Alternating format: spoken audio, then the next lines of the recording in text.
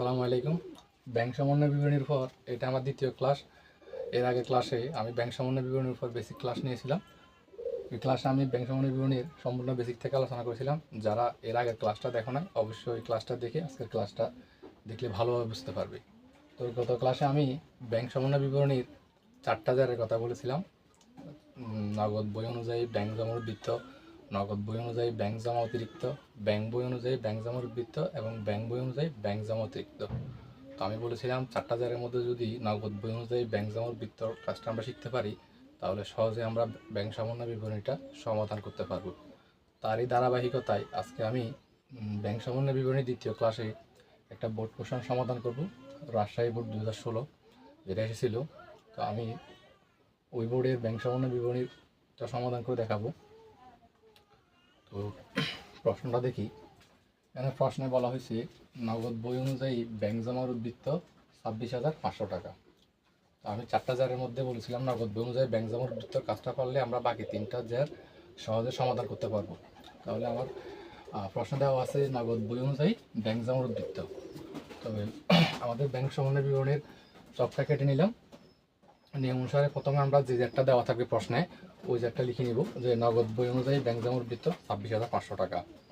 এর পাশাপাশি যদি অন্য 3টা জার থাকে সেম একই কাজ, নগদ বই অনুযায়ী ব্যাংক জমার উদ্বৃত্ত থাকুক অথবা ব্যাংক জমা অতিরিক্ত থাকুক, ঠিক একইভাবে আমরা প্রথমে জার যেটা প্রশ্নে দেওয়া থাকবে ওইটা ঠিক শুরুতে লিখতে হবে নগদ বই অনুযায়ী ব্যাংক জমার উদ্বৃত্ত।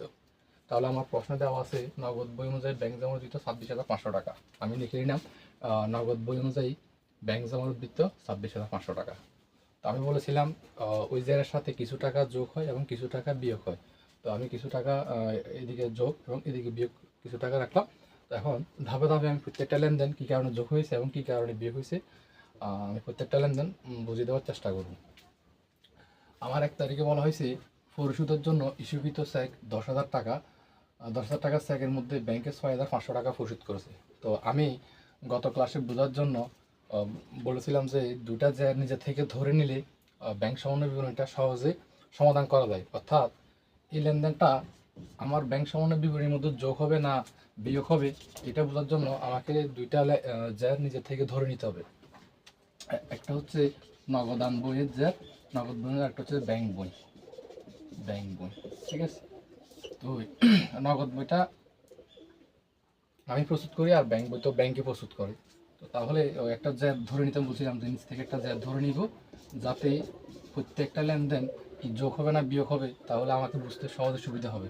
তাহলে পরিশোধের জন্য ইস্যুকৃত চেক 10,000 টাকা, চেকের মধ্যে ব্যাংক 6,500 টাকা পরিশোধ করেছে। আচ্ছা, আমি চেক ইস্যু করেছিলাম 10,000 টাকা, কিন্তু ব্যাংক শুধুমাত্র 6,500 টাকায় পরিশোধ করেছে। তাহলে ব্যাংক যত টাকা পরিশোধ করেছে আমি ওই টাকা ব্যাংক থেকে মাইনাস করে দিব 6,500 টাকা। আমি কিন্তু আমার নগদ বইতে 10,000 টাকা ইস্যু করেছিলাম। তাহলে আমার নগদ বইতে ব্যালেন্স দেখা যাচ্ছে 0, কিন্তু ব্যাংকের মধ্যে দেখা যাচ্ছে 3,500 টাকা আরও উদ্বৃত্ত আছে। তাহলে আমি বলেছিলাম যে সব সময় আমাকে ব্যাংকের মতো হতে হবে।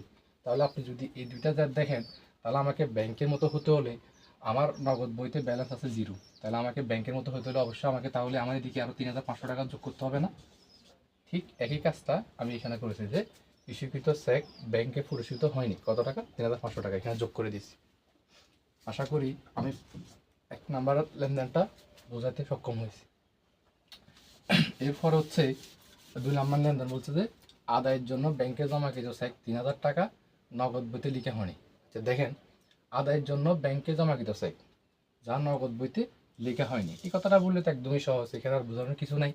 যেহেতু আদায়ের জন্য ব্যাংকে জমাকৃত চেক দেওয়া হয়েছে কিন্তু নগদ বইতে লেখা হয়নি, তার মানে আমার ব্যাংকে কাজটা হয়েছে শুধুমাত্র নগদ বইতে হয়নি। তাহলে আদায়ের জন্য যেহেতু ব্যাংকে চেক দেওয়া হয়েছে, তাহলে ব্যাংকের কাজ করে ফেলেছে, 3,000 টাকা সে যোগ করেছে। ঠিক আছে।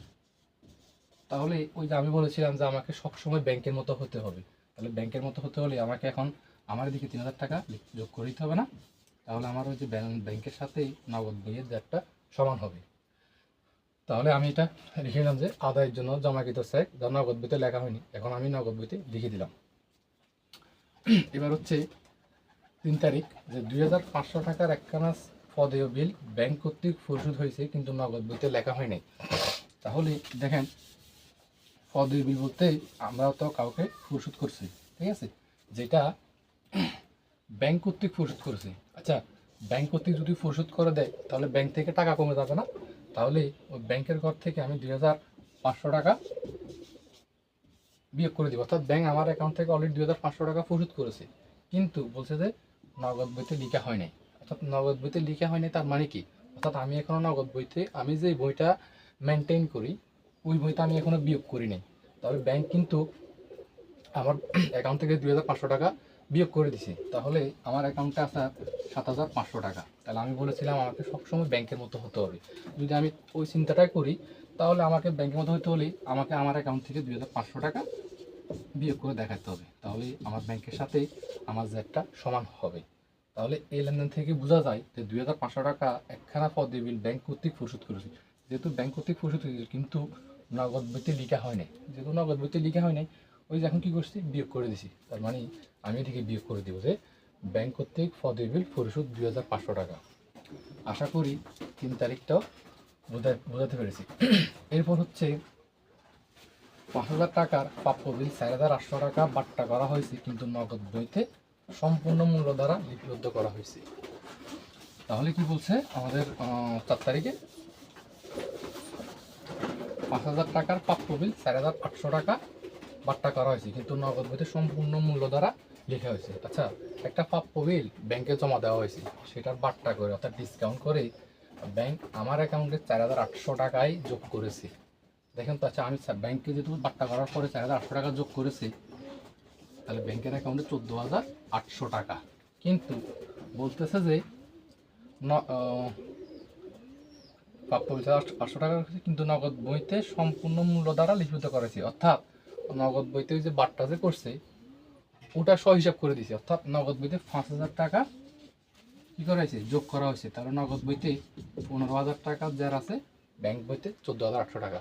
তো আমি বলেছিলাম সবসময় ব্যাংকের মতো হতে হবে। তাহলে ব্যাংকের মতো যদি হতে হয় আমাকে আমার নগদ বই থেকে 200 টাকা বিয়োগ করতে হবে, কারণ ব্যাংকে 4,800 টাকায় আমার অ্যাকাউন্টে যোগ করা হয়েছে, কিন্তু আমি সম্পূর্ণ মূল্য দ্বারা লিপিবদ্ধ করেছি। অর্থাৎ 200 টাকা বেশি যোগ করে দিয়েছি। তাই আমি এখন 200 টাকা বিয়োগ করে দেবো যে বাট্টাকৃত প্রাপ্য বিল বেশি লেখা হয়েছে। যে 5,000 টাকা লেখার কথা 4,800 টাকা লেখার কথা 5,000 টাকা লিখে দিচ্ছি, 200 টাকা বেশি লিখছি, এখন 200 টাকা বিয়োগ করে দিচ্ছি। ব্যাংক কর্তৃক মঞ্জুরকৃত সুদ 250 টাকা, যা নগদ বইতে লিখা হয় নাই। আচ্ছা, ব্যাংক কর্তৃক মঞ্জুরকৃত সুদ অর্থাৎ আপনাকে ব্যাংক সুদ দিয়েছে। মঞ্জুরকৃত সুদ মানে এর মানে এই না যে আপনাকে সুদ মাফ করে দিয়েছে, ঠিক আছে? তো ব্যাংক কর্তৃক মঞ্জুরকৃত সুদ 250 টাকা, যা নগদ বইতে লিখা হয় নাই।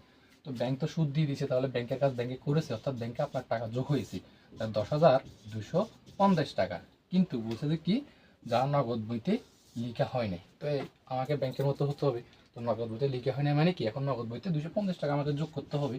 তাহলে আমার নগদ বই তো 10,250 টাকা। তাহলে আমি ঠিক একই কাজটা করলাম যে ব্যাংক কর্তৃক মঞ্জুরকৃত সুদ 250 টাকা। তো আমার সবগুলো লেনদেন লিপিবদ্ধ করা হয়েছে। এখন যোগ বিয়োগ করে আমার যাত্রা টানবো। দেখেন 26,500 টাকা যাচ্ছিল, এখানে 3,500 টাকা, 3,000 টাকা, 250 টাকা যোগ করলে আছে 6,750 টাকা। আর উপর যারের সাথে এই যে যোগ করার পর আসে 33,250 টাকা। এই যে থেকে কিছু লেনদেন বিয়োগ হবে, এই দুইটা 2,500 টাকা এবং 2,000 টাকা, এগুলো যোগ করার পর আসছে 2,500 টাকা এবং 200 টাকা, 2,700 টাকা। এই টাকা থেকে এই টাকা বিয়োগ করার পর আমাদের আসে 30,550 টাকা। আশা করি এই অঙ্কের মধ্যে ভালোভাবে বুঝতে পেরেছেন। যদি কোথাও সমস্যা থাকে অবশ্যই আমাদের কমেন্ট বক্সে জানাবেন। সালাম আলাইকুম।